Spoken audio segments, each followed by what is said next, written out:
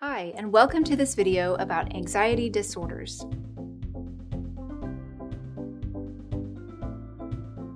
Anxiety can take on many forms.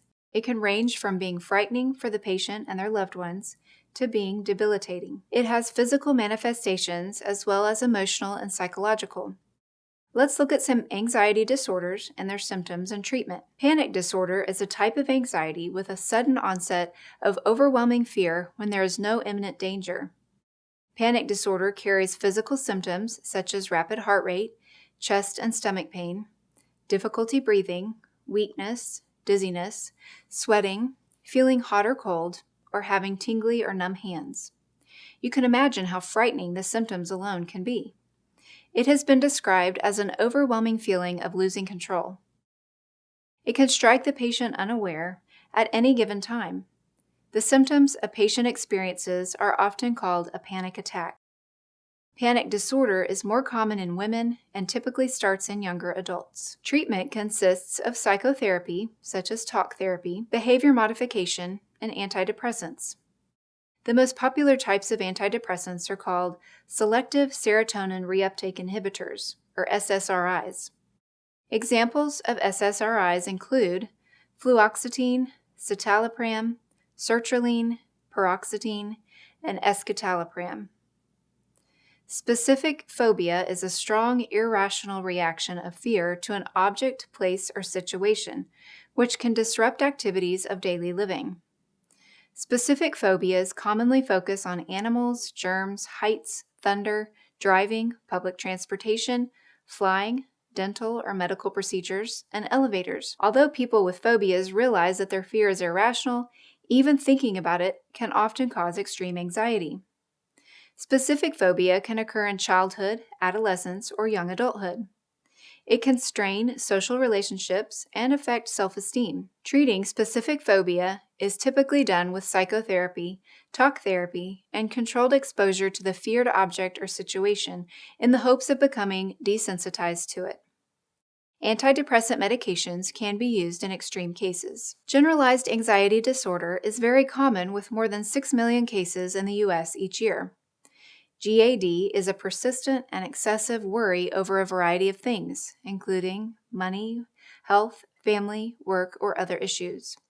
It is common for people with GAD to anticipate disaster, which can make it difficult to get through the day. They don't know how to stop the worry cycle and will often try to control situations to aid in decreasing their anxiety. Cognitive behavioral therapy can help the patient with GAD by having the affected person express and discuss their feelings and learn about anxiety and its symptoms to aid in decreasing the escalation. It specifically looks at the physical symptoms of worry and the behaviors the patient exhibits due to the worry in the hopes of giving them tools to understand their behavior and develop coping strategies for it. Acceptance and mindfulness therapies look at behaviors and coping techniques such as yoga, meditation, and exercise. SSRIs are again beneficial in the treatment of this disorder. Because depression often accompanies GAD, the patient would benefit from treatment modalities for depression as well. Separation anxiety disorder is when an individual has anxiety in separating from a loved one, parent, or caregiver. This is often seen in children, but it also occurs in adults. Separation anxiety disorder is diagnosed when symptoms are excessive for the developmental age and cause significant distress in daily functioning. Symptoms may include recurrent or excessive distress about anticipating or being away from home or loved ones, constant excessive worry about losing a parent or other loved one to an illness or a disaster, constant worry that something bad will happen, such as being lost or kidnapped, that would cause separation from parents or other loved ones, refusing to be away from home because of fear of separation, not wanting to be home alone and without a parent or other loved one in the house, reluctance or refusing to sleep away from home without a parent or other loved one nearby, repeated nightmares about separation, frequent complaints of headaches, stomach aches, or other symptoms when separation from a parent or other loved one is anticipated. Separation anxiety disorder may be associated with panic disorder and panic attacks. Repeated episodes of sudden feelings of intense anxiety and fear or terror that reach a peak within minutes. Family environment and genetics may play a role, and stress has been known to be a factor. Treatment can range from psychotherapy to medication, as sometimes separation anxiety can lead to other anxiety disorders and depression. Selective mutism is a rare, complex childhood anxiety disorder where the child is unable to speak or interact in social settings, such as school, but is able to interact in settings where they feel comfortable. This goes way beyond being shy. The child is not choosing to do this, they cannot speak due to the anxiety. To be properly diagnosed, the symptoms must last longer than a month. A therapist will rule out physical causes such as speech and language pathologies and hearing loss and work with the child to model behaviors. They might have the child watch videos of them speaking with others or have them slowly introduced to the scenarios that are causing the mutism. Social anxiety disorder, also known as social phobia, has the defining characteristic of intense anxiety or fear of being judged, negatively evaluated, or rejected in a social or performance situation. At the thought of a social situation, these individuals suffer physical symptoms such as rapid heart rate, rapid breathing, and sweating, and will use avoidance as a coping mechanism. This disorder affects 15 million Americans and is the second most commonly diagnosed anxiety disorder. The extreme symptoms of social anxiety disorder can wreak havoc on activities of daily living, as the person may avoid jobs, schools, or social settings necessary to function in the world. There are treatments available, but only about 5% of people with the disorder seek treatment right away, while most suffer for years before seeking treatment. Treatments such as talk therapy, cognitive behavioral therapy, and if necessary, antidepressant medications help patients live with this disorder. Agoraphobia is the fear of social situations, similar to the previous social anxiety disorder, except agoraphobia is the panic attack that eventually can lead to the person not wanting to leave their home for fear they will have a panic attack when they do. Typical agoraphobia symptoms include fears of leaving home alone, crowds or waiting in line, enclosed spaces such as movie theaters, elevators, or small stores, open spaces such as parking lots, bridges, or malls, and using public transportation such as a bus, plane, or train. The panic attack associated with agoraphobia includes the following symptoms: rapid heart rate, trouble breathing or a feeling of choking, chest pain or pressure, lightheadedness or dizziness, feeling shaky, numb, or tingling, excessive sweating, sudden flushing or chills, upset stomach or diarrhea, feeling a loss of control, and fear of dying. Agoraphobia usually starts in late teen or early adult years before age 35 and is more common in women. Risk factors include another anxiety disorder, depression, and drug or alcohol abuse. Psychotherapy and antidepressants are the treatments for this disorder.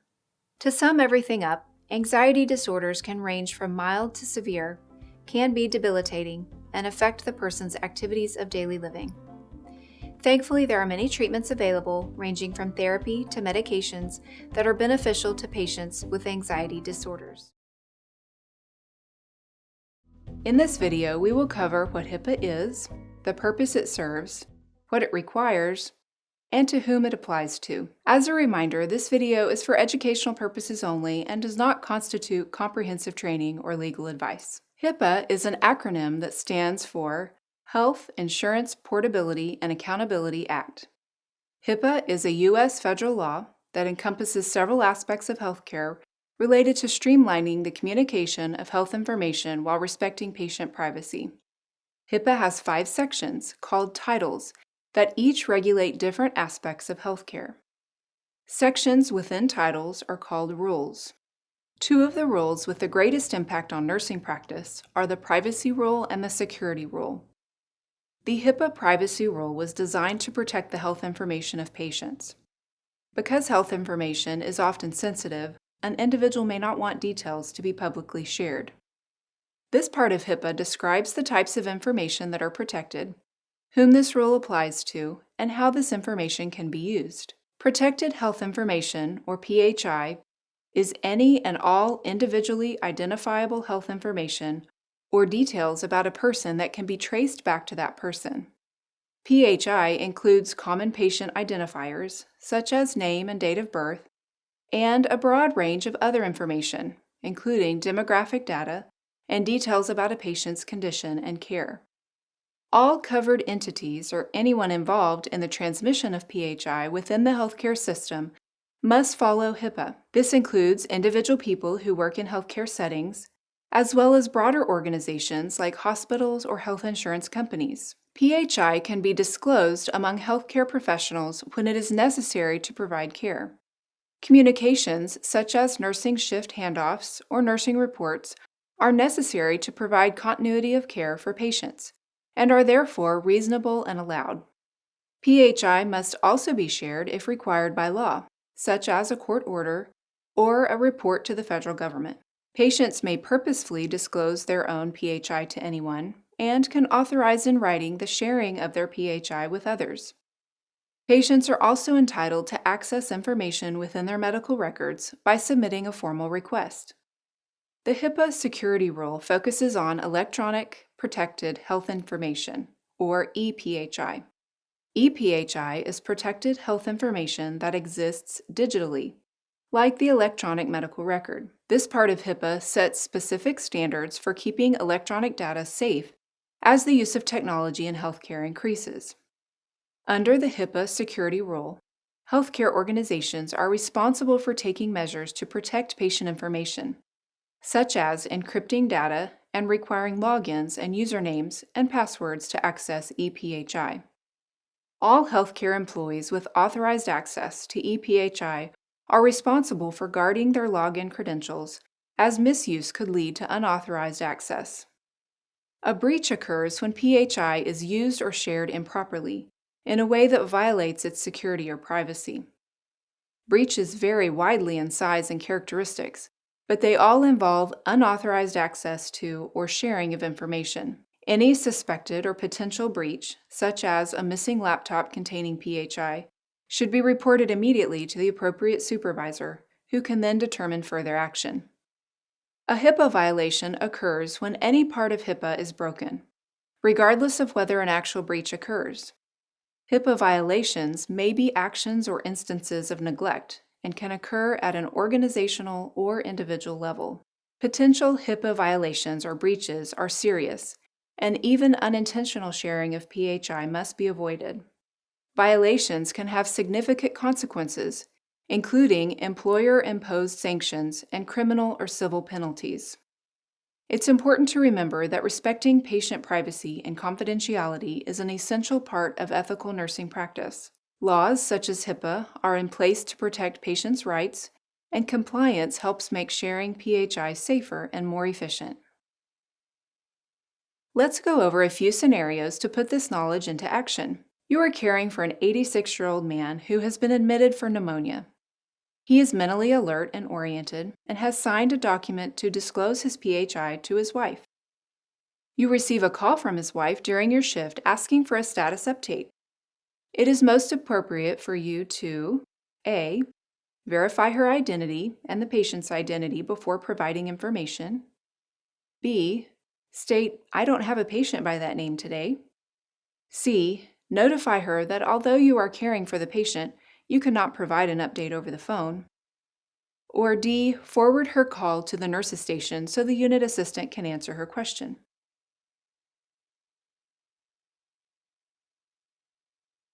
The correct answer is A. A signed document indicates that it is appropriate to share a status update with the patient's wife, and you should ensure you are releasing the information to the correct person. Which of the following is a potential HIPAA violation? Select all that apply. A. The nurse leaves a computer workstation logged into an electronic medical record when going to answer a patient's call light. B. The nurse takes paper report sheets home at the end of the shift. C. The nurse tells a story at a party about a patient but doesn't use the patient's name. D. During their lunch break in the hospital cafeteria, two nurses talk about their assigned patients for the shift. And E. The nurse asks the pharmacist about a well-known patient on a different nursing unit.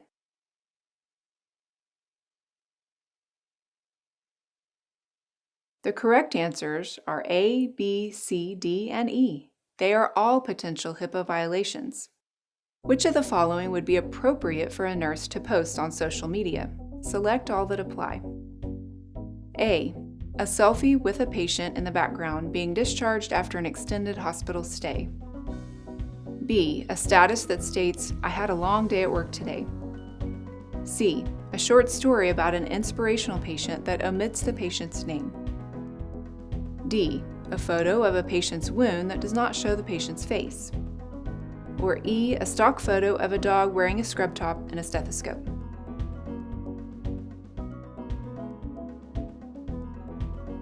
The correct answers are B and E. The other answers include PHI and are potential HIPAA violations. Borderline personality disorder, also known as BPD or emotional dysregulation disorder, is marked by uncontrollable emotions and causes problems in daily life, especially with relationships. It is classified as a mental disorder that affects self-image and behavior. People with BPD can have episodes of intense anger, depression, and anxiety that can last anywhere from hours to days.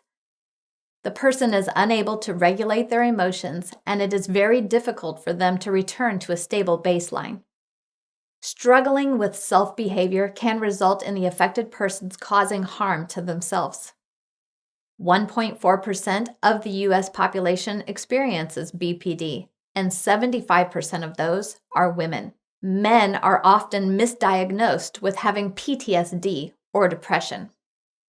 According to the Diagnostic and Statistical Manual, some key symptoms people may experience are frantic efforts to avoid real or imagined abandonment by friends and family, unstable personal relationships that alternate between idealization, "I'm so in love," and devaluation, "I hate her." This is also sometimes known as splitting. Distorted and unstable self-image, which affects moods, values, opinions, goals, and relationships. Impulsive behaviors that can have dangerous outcomes, such as excessive spending, unsafe sex, substance abuse, or reckless driving. Self-harming behavior, including suicidal threats or attempts. Periods of intense depressed mood, irritability, or anxiety lasting anywhere from a few hours to a few days. Chronic feelings of boredom or emptiness. Inappropriate, intense, or uncontrollable anger, often followed by shame and guilt. Dissociative feelings and stress-related paranoid thoughts. Severe cases of stress can also lead to brief psychotic episodes. BPD has been theorized to result from a variety of factors. It is believed that genetics or a family history of BPD can increase the risk of developing BPD. Both chemical and structural changes in the areas of the brain that affect emotion and judgment have been associated with BPD patients. However, scientists aren't sure if the changes caused BPD or the changes came about due to the disorder. Environmental, social, and/or cultural factors where the person experienced a traumatic life event, such as abuse or neglect, have been theorized to contribute to BPD. There are no definitive diagnostic tests. BPD is best diagnosed after a thorough medical exam to rule out physiological diseases, past medical history interviews with the patient and possibly family and friends, and a thorough interview conducted by a mental health professional. Currently, psychotherapy and medications are the mainstays of treatment. Some of the psychotherapies used include dialectical behavior therapy, cognitive behavioral therapy, and psychodynamic psychotherapy. Dialectical behavior therapy, DBT, is a type of cognitive behavioral therapy. Its main goals are to teach people how to live in the moment, cope healthily with stress, regulate emotions, and improve relationships with others. Cognitive behavioral therapy, CBT, is a short-term, goal-oriented psychotherapy treatment that takes a hands-on, practical approach to problem solving. Its goal is to change patterns of thinking or behavior that are behind people's difficulties, and in doing so, change the way they feel. Psychodynamic psychotherapy or psychoanalytic psychotherapy is a form of depth psychology, the primary focus of which is to reveal the unconscious content of a client's psyche in an effort to alleviate psychic tension. While there is no one medication specifically made to treat the core symptoms of BPD, several medications can be used off-label to treat various symptoms. For example, mood stabilizers and antidepressants help with mood swings. And for some, low-dose antipsychotic medication may help control symptoms, such as disorganized thinking.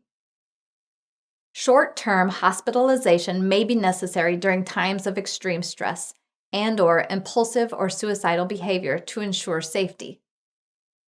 As always, patients should be screened for suicidal thoughts and ideations so as to prevent them from harming themselves. BPD can be difficult to diagnose and treat, and sadly, the person may also experience other mental health disorders along with BPD, such as anxiety disorders, bipolar disorders, eating disorders, depression, and substance abuse. Let's wrap this up with a review.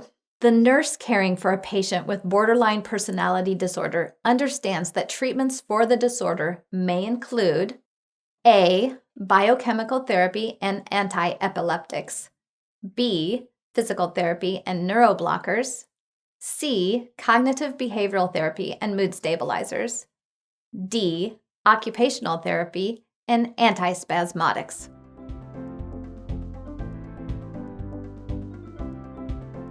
If you chose C, you are correct.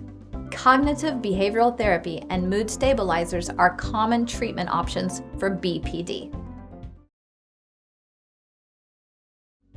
Erik Erikson was a German psychoanalyst who developed a theory of psychological development that is still widely taught today, especially in nursing school, as part of the human growth and development. Erikson's theory relied on parents, society, and environmental factors to shape a person's development. Erikson's 8 stages of psychological development include trust versus mistrust, autonomy versus shame and doubt, initiative versus guilt, industry versus inferiority, identity versus role confusion, intimacy versus isolation, generativity versus stagnation, and ego integrity versus despair. The first stage, trust versus mistrust, is theorized to be from birth to approximately 18 months old. If a baby's needs are met by their caregivers at this stage, they will come out of this period with a sense of trust and a sense of hope as they grow into adulthood that everything will work out all right. On the other hand, if their needs are not met during this stage, it can cause the child as they grow into adulthood to not trust people and to potentially have anxiety and insecurities.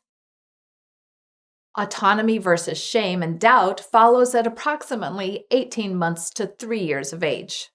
During this time, the child is recognizing separation from the primary caregivers and is able to start doing some things for themselves.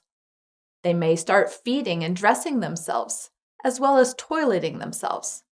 This newfound autonomy helps build self-esteem. This stage requires patience on the part of the caregiver and is marked by a sense of personal control as a separate entity from the caregiver. The successful culmination of this stage is a sense of self-esteem. Initiative versus guilt, which happens from 3 to 5 years of age, is the stage where a child begins exploring their world more. This stage is marked by creativity and imagination. The child may pretend to be characters they see in the adult world. They like to try new things, such as learning to cooperate with others to achieve common goals. In this stage, children learn to perform more tasks and gain an understanding of social approval. The parent or caregiver can effectively help the child by allowing them to explore within limits. However, if the parents are over-controlling or very strict, this may cause the child to not want to explore and instead develop a sense of guilt. This can hinder creativity and cause a negative social effect. Success at this stage of development will lead to the virtue of purpose, which is demonstrated by how the children make decisions, come up with new ideas, as well as work and play with others. Industry versus inferiority typically happens from 6 years of age to 12 or 13. The child is learning many new skills and tasks and is starting to build a social network. They recognize what they can do and what their peers can do, and they make comparisons. Their parents or guardians are no longer their only source of belonging. If the child is able to navigate this stage successfully, they will gain a sense of competence. Identity versus role confusion is the stage of Erikson's psychological theory where the child is moving from childhood to adolescent years of 13 to 21, though some say the stage ends at the age of 18. This marks the stage of transitioning to adulthood. In this stage, the adolescent is learning who they are in the world and asking the big questions, like what is their purpose? While they are forming their identity, their body is going through physical changes. Soon they start thinking about occupations in life, roles in life, their sexual role, and how they fit and don't fit into society. The adolescent can come out of this stage with what Erikson termed a sense of fidelity. In other words, the person can emerge with a sense of self-esteem and self-confidence when associating with their peers, having a developed knowledge of their values and beliefs. Intimacy versus isolation happens during young adulthood, 18 to 35 or 21 to 39. This is the stage marked by significant relationships, both with friends and with one special person. This is the stage where young adults may think about finding that one significant other and settling down. If navigated successfully, a person learns to give love physically and emotionally, and if severe rejection occurs or some other trauma associated with the primary relationship, this can cause a sense of isolation, with the person withdrawing from relationships and society. This stage is marked by personal fulfillment in giving and receiving love. Generativity versus stagnation, the 7th of Erikson's stages, happens from age 40 to 65. People in this stage want to be productive, leave a legacy, and contribute to society in a positive, changing way. Some major milestones of this stage may be children leaving home or changing career paths. Some people may struggle with a midlife crisis and search for meaning at this time of life. Left unsettled, this may cause stagnation and a disinterest in the people and world around them. But if successfully resolved, people develop the virtue of care, offering unconditional support to their children and other people in their life. Integrity versus despair is the last stage of life, taking place from around 55 or 65 until death. At this stage, the person is usually retired and reflecting on their past life and contributions. If they believe they were successful and navigated life well without regrets, they will achieve a sense of contentment and fulfillment or wisdom. If they have overwhelming regrets and wonder if it was all worth it, they may be dealing with despair. This person will tend to fear death, wondering what life was all about. To sum up Erikson's theory, successful completion of each stage results in a healthy personality and the acquisition of basic virtues, which the ego can use to resolve subsequent crises. Failure to successfully complete a stage can result in a reduced ability to complete further stages, and therefore a more unhealthy personality and sense of self. While vague in its application, as noted earlier, Erikson's theory is still widely used and taught today and as a framework for understanding a person's psychological development through their lifespan. Now, before we go, let's test your memory with a couple of review questions. Number 1. Which of the following is true when caring for a hospitalized infant and assisting with their development of trust, according to Erikson? A. When they cry, let them cry a little to see if they really have a need. B. When they cry, let them cry a while. It will help their psychological development. C. When they cry, let the doctor know how long and how often. D. When they cry, Let mom or you respond as they are expressing a need.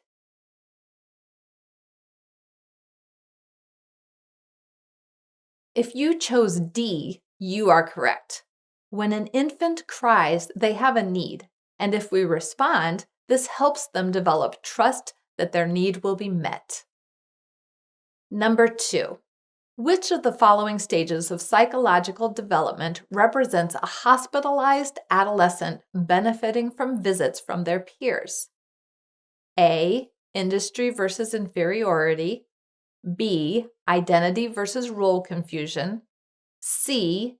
Intimacy versus isolation. Or D. Generativity versus stagnation.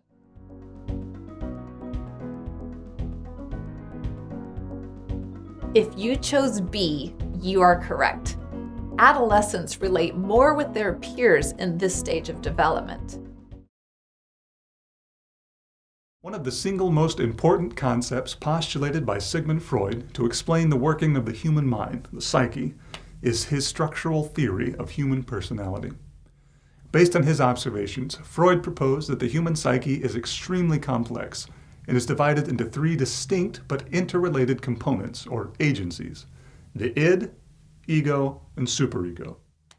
Each of these separate but interacting agencies influence and are influenced in return by the other 2 elements to uniquely contribute to the development of a person's personality. As a manifestation of personality, behavior, a person's thoughts, actions, and reactions, is the product of the interactions of these 3 components.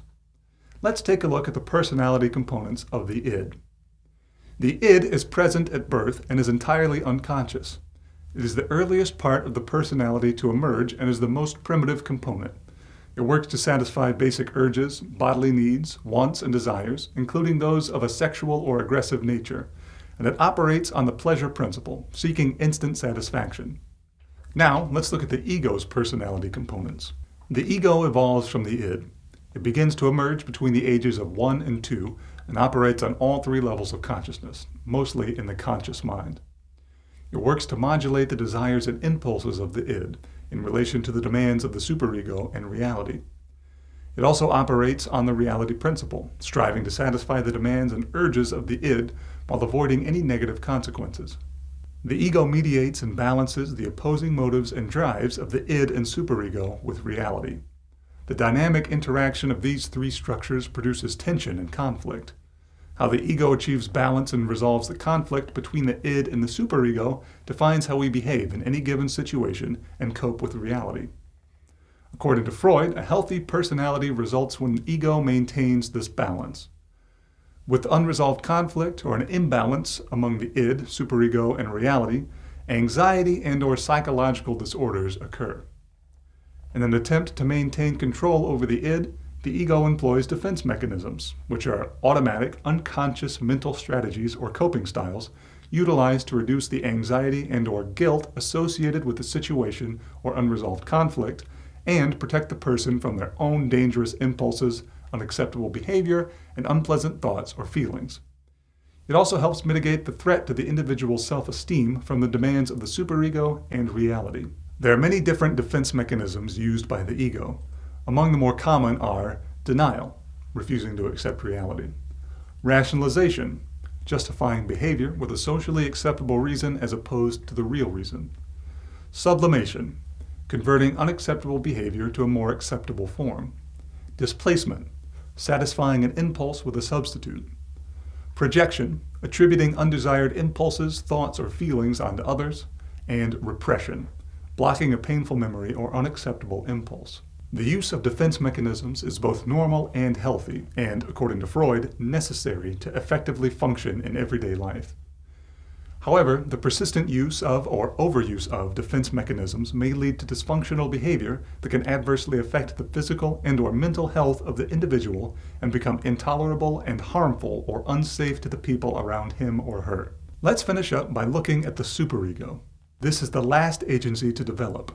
Superego evolves from the id, emerging between 3 to 5 years of age, as family and societal ideals and values are internalized. It works to control or restrain the impulses, feelings, actions, and fantasies of the id. Partly working on a conscious level, the superego predominantly operates on the unconscious level. It operates on the morality principle. That is, it strives for perfection, regardless of reality. It serves as our moral compass. It is also comprised of two parts: the ego ideal, personal excellence, and the conscience, rules for behaviors. Now, let's go over some review questions. Number 1. Which of the following best describes what defense mechanisms are? A. Genetically wired responses to emotional threats from the superego. B. Unconscious mental strategies used by the ego to reduce anxiety produced by the interaction between the id and the superego. C. Abnormal coping mechanisms used by the ego to maintain control over the id. Or D. All of the above. If you chose B, you are correct. Number 2. According to Freud's structural theory, which key structures interact as the source of all behavior? A. Psyche. B. Ego. C. Id. D. Personality. Or E. Superego. If you chose B, C, and E, you are correct. Number 3. Which of the following is not true about the interaction of the ego with the id? A. It is commonly referred to as the moral compass because it maintains control over the id. B. When id behavior conflicts with reality and/or society norms, employs defense mechanisms. C. Modulates the desires and impulses of the id. Or D. Acts according to the reality principle, seeking to please the id's drive in realistic ways that will avoid negative consequences. If you chose A, you are correct. Arnold Lazarus was a South African-born clinical psychologist and researcher who coined the term multimodal behavioral therapy. The idea behind the term is built on the premise that we are all basic biological beings who think, smell, touch, experience emotions, and relate to others.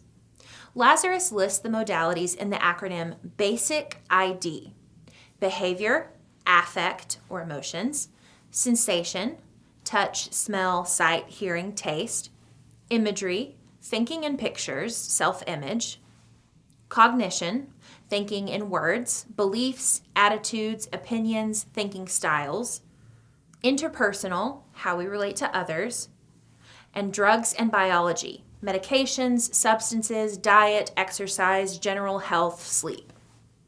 We'll start with the first in the acronym, behavior. Behavior is defined as the way a person acts or conducts themselves, especially as they interact with other people. To assess behavior, the clinician may ask questions such as, what is this person doing or not doing that is affecting daily living and relationships? What behaviors do they need to stop or start? And are there any maladaptive behaviors or self-defeating actions? The patient may reveal these answers even as they are first meeting and speaking with the therapist, as their behaviors may be the source of discomfort or the reason they are seeking care. Drugs and biology must be assessed, and this area is sometimes assessed first.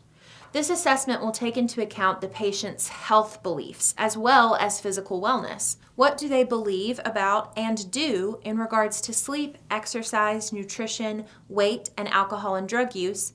And are these habits considered healthy or not? Affect can be defined as the way in which a person expresses themselves, such as, she has a sunny affect, or his affect comes across as flat, depressed, or angry. The clinician may assess the patient by asking themselves, what emotions are predominant? What generates negative reactions? Or how does the person respond to questions and other interactions? The patient themselves may reveal during interactions what triggers certain behaviors or moods. Sensation can be defined as a physical feeling or perception resulting from something that happens to or comes into contact with the body. To assess sensation, see what sensations are felt or experienced when the patient is subjected to certain stimuli, noting if they have any sensory complaints. Examples might include certain sounds they cannot tolerate, like nails on a chalkboard or the creak of a slow-closing door. To assess imagery, ask the patient about their self-image, or if there is any imagery that is constant or that they can't easily dismiss. This can include flashbacks and/or traumatic experiences. Cognition is the mental action or process of acquiring knowledge and understanding. This can be assessed by discussion of the patient's values, beliefs, and opinions, and noting if there are any that are problematic, dysfunctional, or irrational. Interpersonal functioning is how we interact and function with others. Who are the significant others in the patient's life? How do they interact with them?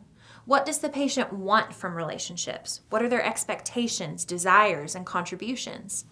When a patient first presents with a complaint or a sign of distress, it will usually fall into one of these areas. This is a good starting point for clinicians to get to the root of the patient's problem, and then the other parts of the basic ID can be brought in as the patient and the clinician develop a rapport. Before we go, here's a quick review question to test your knowledge. If a patient is triggered by loud noises and begins to rock and cry, which part of the behavioral multimodal basic ID is being affected? A, affect, B, imagery, C, cognition, or D, sensation? If you chose D, sensation, you are correct.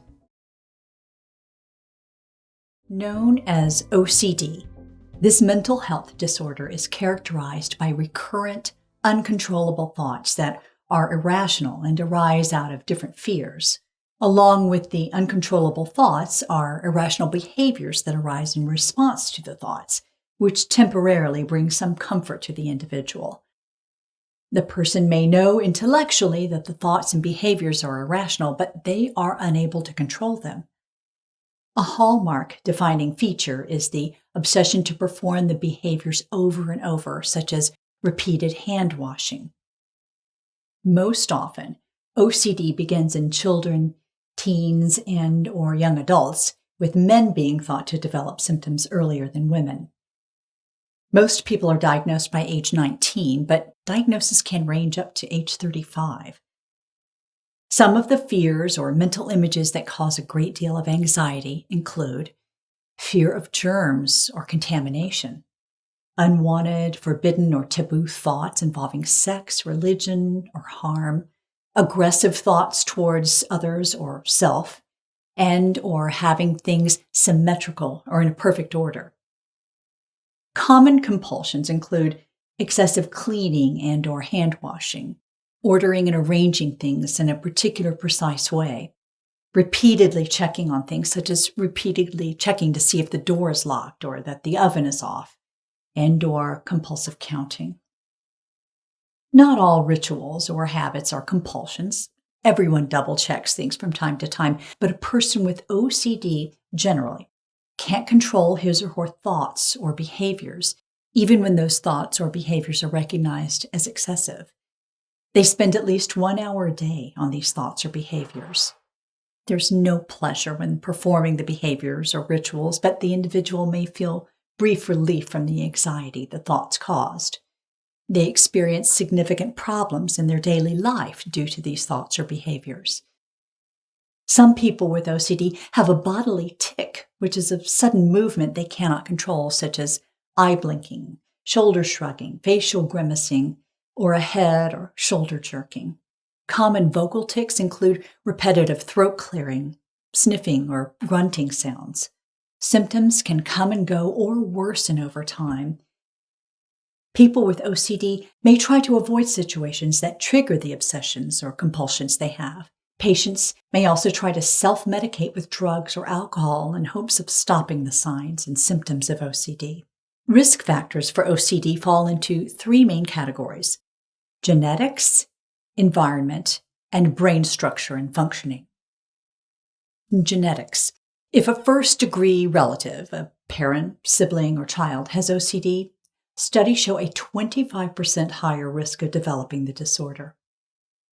Environment. Childhood trauma has been linked with OCD, and in some cases, children may develop OCD or OCD symptoms following a streptococcal infection. This is called pediatric autoimmune neuropsychiatric disorders associated with streptococcal infections, or PANDAS.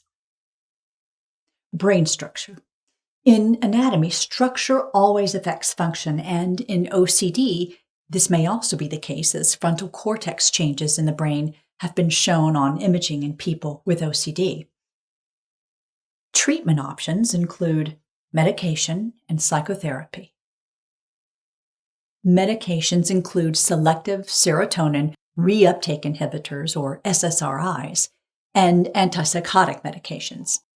SSRIs need to be given in higher doses in these patients and can often take up to 8 to 12 weeks to see benefits, but can give these patients relief from their symptoms. As with any SSRI, the patient should never stop this medication abruptly. Antipsychotic medications have also been known to help patients with OCD. With both of these classes of drugs, the patient should be monitored by their healthcare provider. These medications work well in addition to psychotherapy. Psychotherapy can be an effective treatment for adults and children with OCD. Research shows that certain types of psychotherapy, including cognitive behavior therapy, or CBT, and other related therapies, such as habit reversal training, can be as effective as medication for many individuals. Research also shows that a type of CBT called exposure and response prevention, EXRP, is effective in reducing compulsive behaviors in OCD, even in people who did not respond well to SSRI medication. EXRP involves spending time in the very situation that triggers compulsions, like touching dirty objects, but then being prevented from undertaking the usual resulting compulsions, such as hand washing. In 2018, the FDA approved transcranial magnetic stimulation, or TMS, as an adjunct in the treatment of OCD in adults. TMS is non-invasive and uses magnetic fields to stimulate nerve cells in the brain. Though OCD cannot be cured, it can be treated very effectively, and active research into treatment modalities continues. Now let's test your knowledge with a review question. Which of the following are risk factors for OCD? A, the patient used alcohol or drugs in the past. B, the patient engaged in risky behavior as a teen. C, the patient may have experienced childhood trauma. Or D, the patient may have low intelligence.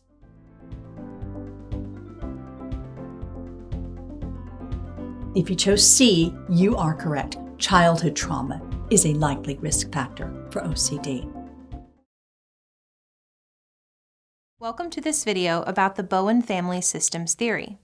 Murray Bowen was a psychiatrist who began his career in psychiatry at the Menninger Foundation in Topeka, Kansas, and later worked at the National Institute of Mental Health and Georgetown University. Bowen was interested in the social, psychological, and physical aspects of psychiatry and came to believe that a person must be viewed in the context of family. In the 1960s, Bowen introduced the family systems theory, which focused less on the individual's psyche and more on the individual's relationships. Bowen considered the family as an emotional unit, with each member of the family affecting every other member, so that an individual is a reflection of and inseparable from the family. Family systems theory is based on 8 interconnected concepts, which are not sequential. These include relational triangles, scale of differentiation, the nuclear family emotional process, the family projection process, the multi-generational transmission process, sibling position, emotional cutoff, and the societal emotional process. Let's talk about these concepts one at a time. According to Bowen, the triangle is the basic unit of any emotional system, which is comprised of interlocking triangles, such as those found in nuclear and extended families. Triangles are inherently unstable because they are composed of a dyad and an outsider. A dyad, which consists of 2 people, is an unstable system because it tends to fall apart with stress. When one member of an apparently stable dyad is stressed or unhappy, the dyad becomes unstable, and the third person creates a different stable dyad, leaving one person in the original dyad, the outsider, and this process continues, triangle after triangle.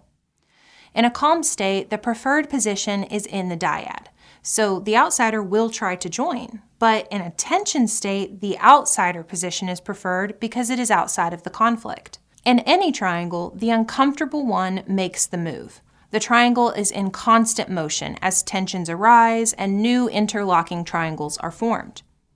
Bowen believed that the tensions created in the triangles are passed on from the top down as dyads form and break apart and new triangles are added to try to bring about equilibrium.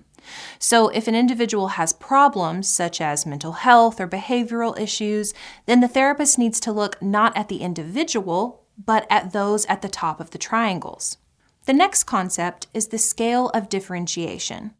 Bowen stated that human functioning lies along a continuum from low self-differentiation, immature, to high, mature. This is one of the most important concepts in family systems theory. At the lower end of the scale, feelings and the intellect are merged, and people are unable to differentiate between feelings and thoughts. If they feel something, that is what they believe, so they are in an unfree state. Because they are ruled by their feelings, they often expend so much energy reacting to others and seeking love and attention that they can be miserable. They may be very dogmatic in their beliefs and may rebel. They have a poorly defined sense of self and are immature. Those higher on the scale, on the other hand, have an awareness of both their feelings and intellect, so they are in a free state. They can react with feelings, but still apply intellect because they are separate. These people have more individuality, a more clearly defined sense of self, and more maturity. People tend to marry or partner with someone who is about at the same level on the scale, so they have approximately the same level of emotional maturity. Another concept is that of the nuclear family emotional process. The nuclear family consists of the mother, father, and children. Bowen stated that there is a fixed amount of immaturity in any nuclear family that must be dealt with in some way. A typical characteristic of a nuclear family is that problems tend to come to rest more in one person than another. According to Bowen, there are 4 relationship patterns common to families: marital or partner conflict, dysfunction of one spouse or partner, impairment of one or more of the children, emotional distance from one another. Bowen discussed the core relationship between two people, such as the man and the woman, stating that one always gives way to the other. They achieve a state of equilibrium if each invests equal psychic energy in each other, but problems arise if one cannot fulfill this. For example, if some of the woman's psychic energy is directed to a child, causing instability in the relationship, the man may begin to feel unloved and cut himself off. People tend to marry spouses or partner with someone whose family of origin had a similar dynamic as their own, and then they often duplicate that system when building their own family. But immaturities that they bring with them must be dealt with, usually in one of 3 ways. First, they keep their distance from each other so they can function, often fighting and making up. Second, one experiences physical, emotional, or social dysfunction, such as drinking, trouble with the police, loss of job, or physical ailments such as asthma or arthritis. Or, third, the problems are projected onto a child and into the next generation. The family projection process is the next major concept. Projection typically occurs in all families to some extent. The child takes on some of the tension and stress, providing some relief to the parents, so parents are often not motivated to solve the problems between each other. In most cases, projection involves only 1 or 2 children, while other children remain unscathed. So children in a dysfunctional family may have very different experiences. First children are often the target, but projection can also be aimed at the youngest or at a disabled child. Most often, the mother projects onto the child because their relationship tends to be the closest, although it can occur with the father as well.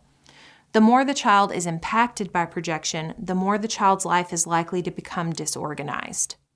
Another concept is the multi-generational transmission process. Problems can move down from a distant part of the system, such as from the parents' families of origin, and become evident in an individual in the nuclear family. The child who is the victim of marked projection typically is further down the scale of differentiation than the parents and has more impairment, resulting in regression that is passed on to the next generation because, remember, people tend to marry those who have the same level of differentiation and repeat the patterns that they experienced. For this reason, some families tend to flourish over time and move up the scale, and others tend to increasingly regress and move down the scale. Another important concept is that of sibling position. Bowen stated that a large amount of one's personality is determined by sibling position in the family. For example, the oldest children are often likely to be the most responsible and to acquire the expectations of the parents toward their gender roles. These children are often highly motivated and become leaders. Middle children often receive less attention, and this can make them insecure, but also more independent. The youngest may have the least expectation and remain the baby in a sense. However, if an oldest child receives projection, this child may take on the characteristics of a younger child because the projection impairs the child's development. In some cases, people choose emotional cutoff, which means they distance themselves from others in the family system in order to reduce stress as a solution to problems, such as unresolved attachment issues. Sometimes people achieve emotional cutoff by moving away or simply visiting less often because visits can cause emotional stress as old interactions resurface. However, emotional cutoff is not always a solution as the stress from emotional cutoff is sometimes intense. The concept of the societal emotional process extends the nuclear family emotional process to that of society, showing that society goes through periods of regression during which it is more unstable. This instability may be influenced by many different factors, such as environmental changes, economic health, and overpopulation. As differentiation erodes, society focuses more on feelings and less on rationality, resulting in chaos. When applying the family systems theory to therapy, the therapist focuses less on the individual and more on the relationships that have shaped the individual. As part of therapy, Bowen advised creating extensive family genograms by interviewing an individual's family members to develop a comprehensive family history going back for at least 3 generations in order to understand family dynamics. All family members are encouraged to share thoughts and feelings related to their roles in the family.